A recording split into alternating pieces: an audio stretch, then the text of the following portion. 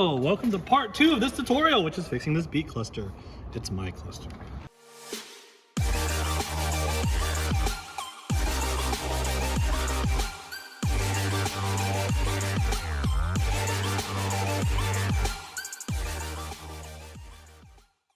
I've already disassembled it. I'll probably maybe include videos. So let's just get into it. The disassembly is the same process as the EG. If you haven't seen the EG video, you need to go see it. I'm gonna point randomly, but I already have an EG cluster completely disassembled with the motors intact. I've already taken apart the fuel and temp, as well as the speedometer part of my beat cluster. My tack is okay. I'll probably just show you guys how to repair it for the people who want to know how to repair it. But my tack is okay, and I'm gonna go ahead and show you how to do this. So same story, you're gonna go ahead and remove all of the motors. So buzz, buzz, buzz, buzz, buzz, buzz.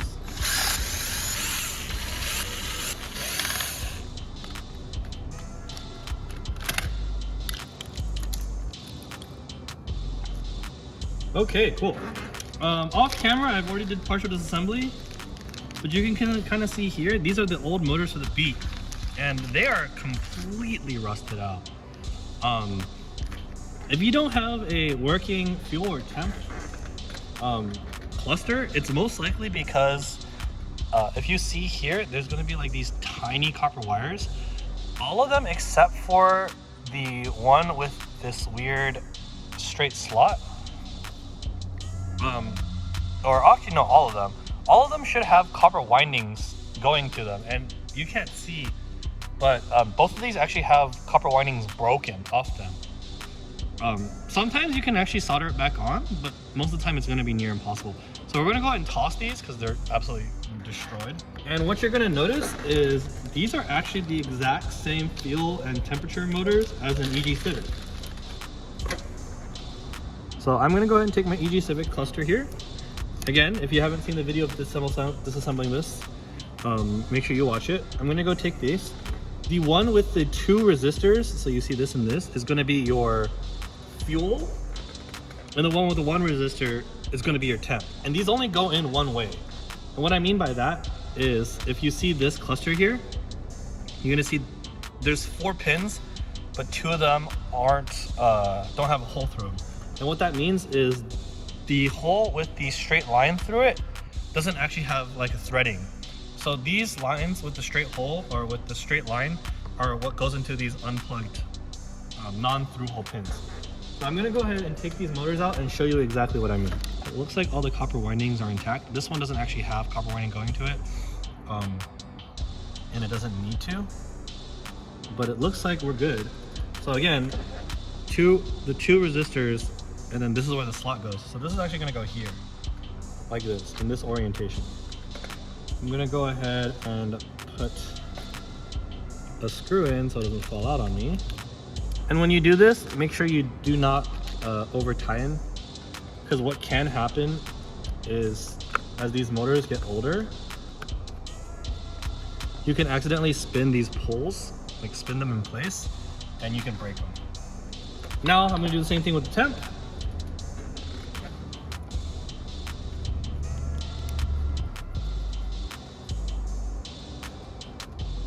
And same thing, I'm going to orient this with this straight edge here. Just like that. And I'm going to put screws in to secure it. And obviously inspect and make sure that all the copper windings still working. That's good, put that in there. And again, put a screw in to hold it in place.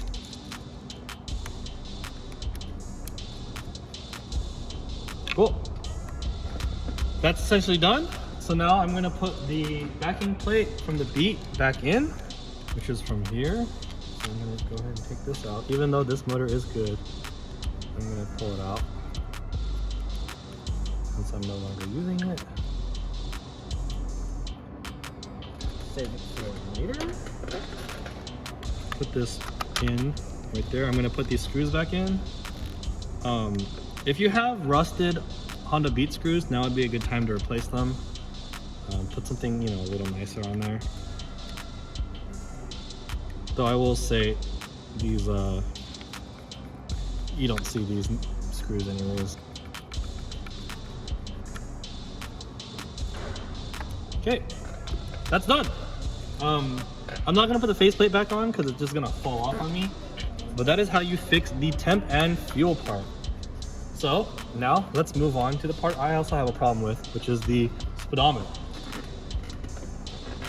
This is a Honda Beat speedometer. If you actually look at it, it uses the exact same needle stoppers as an EG Civic. So if you ever break the needle stopper, you can pull it off an EG Civic. So the first step for the speedometer is extracting the motor. What we're essentially gonna do is we're gonna take all of the EG Civic components except for the odometer, because you obviously want to transfer that odometer. And on top of that, the odometer is flipped on the Honda Beat. So as long as your odometer mechanism works, which mine still does, everything's going to get transferred over. So you've already should have already taken apart the Beat odometer pieces. I've taken the chip off already, and I'm going to go ahead and take this motor off, because if you look at the Honda Beat speedometer, speedometer, this is rusted. I don't really trust this anymore. So I'm going to go ahead and take this off, and you're going to notice the actual speedometer piece is identical to the Beat one, except for the reset. So I'm gonna take this out, and now I've extracted this speedometer needle. So I'm gonna go ahead and do the same thing to my Beat needle. So for the Beat needle removal, it's not really trivial. Unfortunately, you have this weird thing going on where it's really hard to get to the needle.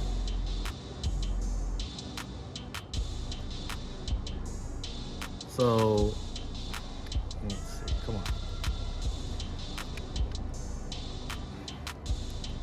It's really hard to get to the needle, so we're gonna have to pry it, and unfortunately this does break the motor. That normally doesn't matter, because we're replacing the motor. So one thing I'm doing right now is I'm actually taking a mental note of where this gauge normally sits in its normal set position. And what I mean by that is that will help us recalibrate this when it comes time to put this needle back together. So it looks like, there we go. So you see that it's pointed like right there, the centering point. So we're gonna put this the needle back like right there when we put this back together. But I'm gonna go ahead and take pliers and pry it out. Just be careful with the gauge face, because you don't want to damage the face. But just gonna carefully. You can also use a door trim puller, but I'm gonna pull it out. And needle comes out, this comes up and off. And this assembly is ready to have the motor pulled out.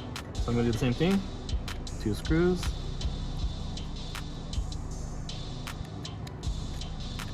And you can see how rusted and corroded all this stuff is. It looks like the motor was trying to work.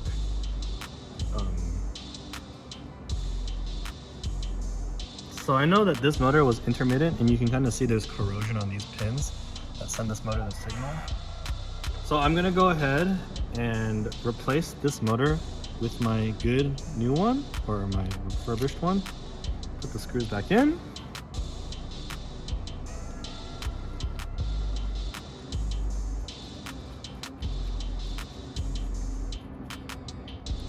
And now we can tackle the chips before we assemble the speedometer back together. Actually, before we assemble the chips, I'm gonna put the gauge, the needle face back on. So put this back on. And put these screws back in. Let's put some new screws in it so it looks nicer. I'm actually gonna put this needle on very lightly just in case I put this on wrong. But if you remember where I put it on before, I'm just gonna put it in the same general area.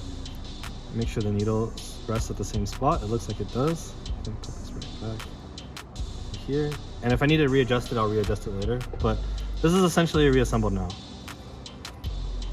Before we do the decoder, I need to put this chip back in. Very straightforward. There's these pegs here. I'm gonna go ahead and clean these pins off because I did have some issues getting these lower speedometer readings. Chip goes in one way. I'm gonna make sure that these go into their respective holder like that. And that's another part of the cluster done. Obviously this needs to get calibrated, we do that later. So that's good. I can put it together. I can put this back on. I'm gonna put my needles back, or put my screws back. So, my screws back in. And just like that, this should be ready to go. So what I'm gonna do is I'm gonna put this faceplate back on.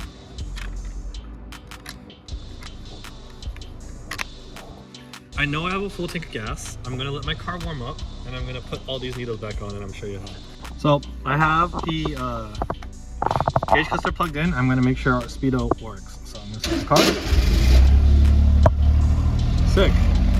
I'm gonna go, I just need to calibrate this now. I'm gonna let this run. I'm actually gonna jack up the rear of the car so I can let the wheels spin and make sure I fix the speedo as well. While I'm doing this, these needles should be kind of going back to their regular positions, and I'm going to make sure this all works. So I have my other car with the gauge cluster with the rear of the car jacked up.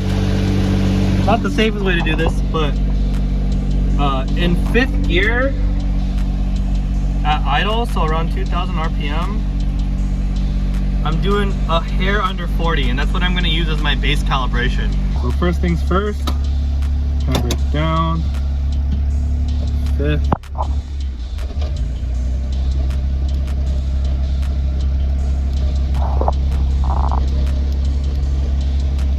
Rear wheels are spinning, so my RPM should be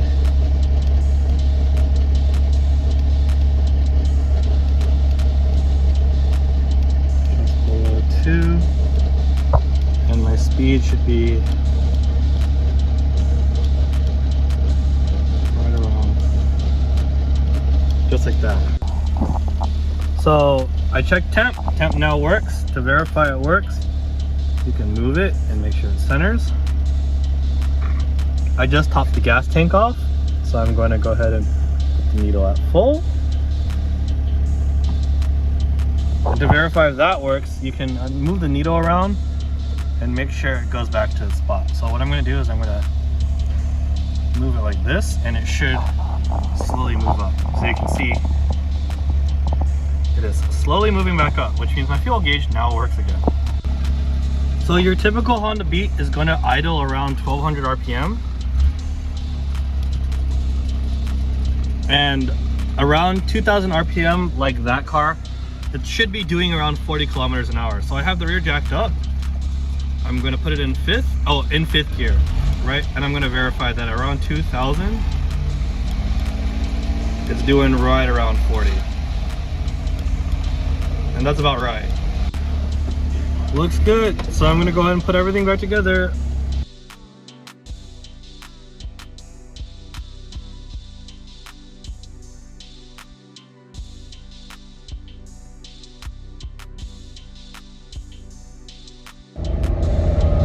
Just like that, everything's confirmed working and ready to go. Thank you everyone for watching, and I hope this helps you out. I'm gonna enjoy my new cluster. Do you want those custom mods? We do it for anything you try. You want your ride to turn heads? This is where it comes alive. If you can imagine it, we can create it. Nothing is impossible with illumaesthetic.